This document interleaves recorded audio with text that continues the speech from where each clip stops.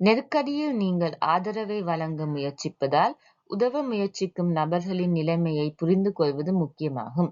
இதன் மூலமாக எவற்றுக்கு முன்னுரிமை கொடுக்க வேண்டும், யாருக்கு உதவ வேண்டும் என்பதை புரிந்து கொள்ள முடியும். இச்சிறிய வீடியோ உங்களை சுற்றியுள்ள அனர்த்தத்தை எவ்வாறு கண்டறிதல் என்பது குறித்து சில பயனுள்ள வழிகாட்டுதல்களை உங்களுக்கு வழங்கும். நீங்கள் வேலையை தொடங்குவதற்கு முன்னர், சமீபத்தில் இடிந்து விழுந்த வீடுகள், விழுந்த மரங்கள் அல்லது மின் கம்பங்கள் போன்ற அவசர பாதுகாப்பு சிக்கல்களை கண்டறியவும். அவசரமாக தேவைப்படும் அத்தியாவசிய சேவைகளில் இருக்கக்கூடிய இடைவெளிகளையும் கண்டறிதல். உடனடி ஆபத்தில் உள்ளவர்கள் அல்லது வைத்திய உதவி தேவைப்படுபவர்களை கண்டறிதல். குழப்பம், பதட்டம் அல்லது அதிர்ச்சியில் உள்ளவர்களை கண்டறிதல்.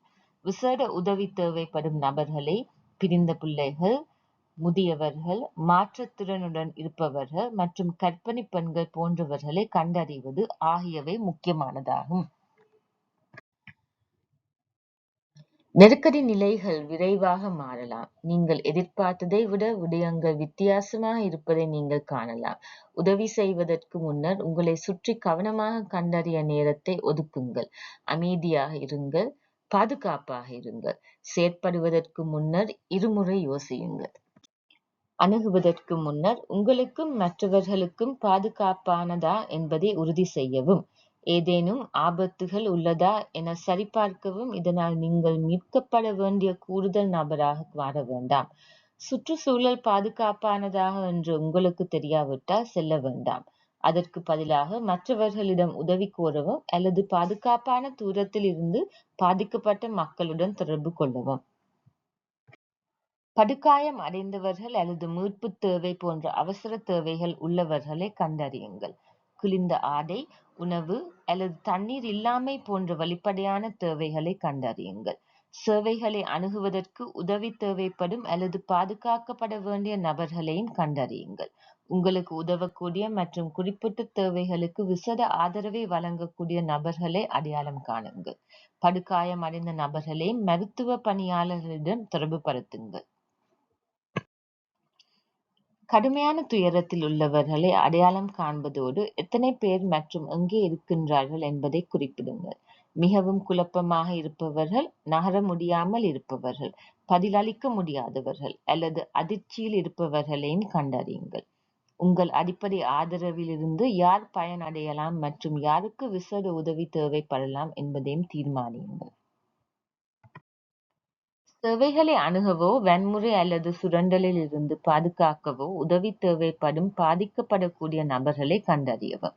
இது பராமரிப்பாளரிடமிருந்து பிரிக்கப்பட்ட சிறுவர்கள், நீண்ட நாள் சுகவீனமுற்று இருப்பவர்கள் அல்லது மாற்றுத்திறனுடன் இருப்பவர்கள், கர்ப்பிணி பெண்கள், முதியவர்கள் மற்றும் பாகுபாடு அல்லது வன்முறைக்கு முகம் கொடுக்கக்கூடிய பெண்கள் மற்றும் ஒதுக்கப்பட்ட சமூக உறுப்பினர்கள் ஆகியோரை உள்ளடக்கலாம்.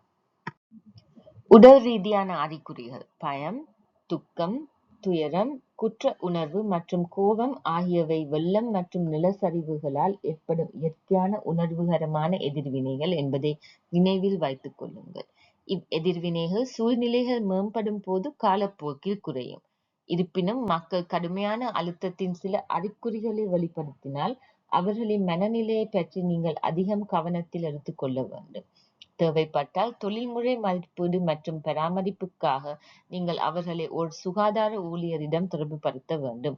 உதாரணமாக, மக்கள் மிகவும் குழப்பமடைந்த நிலையில் காணப்பட்டால், அதாவது அவர்கள் எங்கே அல்லது யார் என்று தெரியாமல் இருந்தால், அவர்கள் முழுமையாக தனிமைப்படுத்திக் கொண்டு மற்றவர்களுக்கு பதிலளிக்காமல் இருந்தல், அவர்கள் மிகவும் குழப்பமாகவும் யதார்த்தத்திலிருந்து உணர்வற்ற நிலையிலும் மனக்கலக்கம் போன்ற உணர்வுகளை கொண்டிருத்தல், அவர்கள் தங்களை அல்லது தங்கள் பிள்ளைகளை பராமரிக்க முடியாதிருத்தல். பெரும்பாலான மக்கள் காலப்போக்கில் நன்றாக குணமடைகின்றார்கள், குறிப்பாக அவர்களின் அடிப்படை தேவைகளை மற்றும் ஆதரவை பெற்றால் மீள முடியும். ஓர் நபர் கடுமையான அழுத்தத்தின் அறிகுறிகளை தொடர்ந்து வெளிப்படுத்தினால், அவர்களுடன் சென்று எதிர்வினை கடந்து செல்லும் வரை அல்லது ஒரு சுகாதார உத்தியோகத்தர் அல்லது நம்பகமான சமூக உறுப்பினரின் உதவியை நீங்கள் பெறும் வரை அவர்களை பாதுகாப்பாக வைத்திருக்குங்கள். 4 உளவியல் முதலுதவி கூறுகளையும், உளவியல் முதலுதவியை நீங்கள் எவ்வாறு வழங்கலாம் என்பதை பற்றி தெரிந்து கொள்வதற்கு எங்களின் சிறிய 6 பகுதிகளைக் கொண்ட வீடியோ தொடரில் உள்ள மற்ற வீடியோக்களை பார்க்கவும் அல்லது மேலதிக தகவல்களுக்கு உளவியல் முதலுதவிக்கான வழிகாட்டியை சிங்களம், தமிழ் அல்லது ஆங்கிலத்தில் வாசிக்கவும்.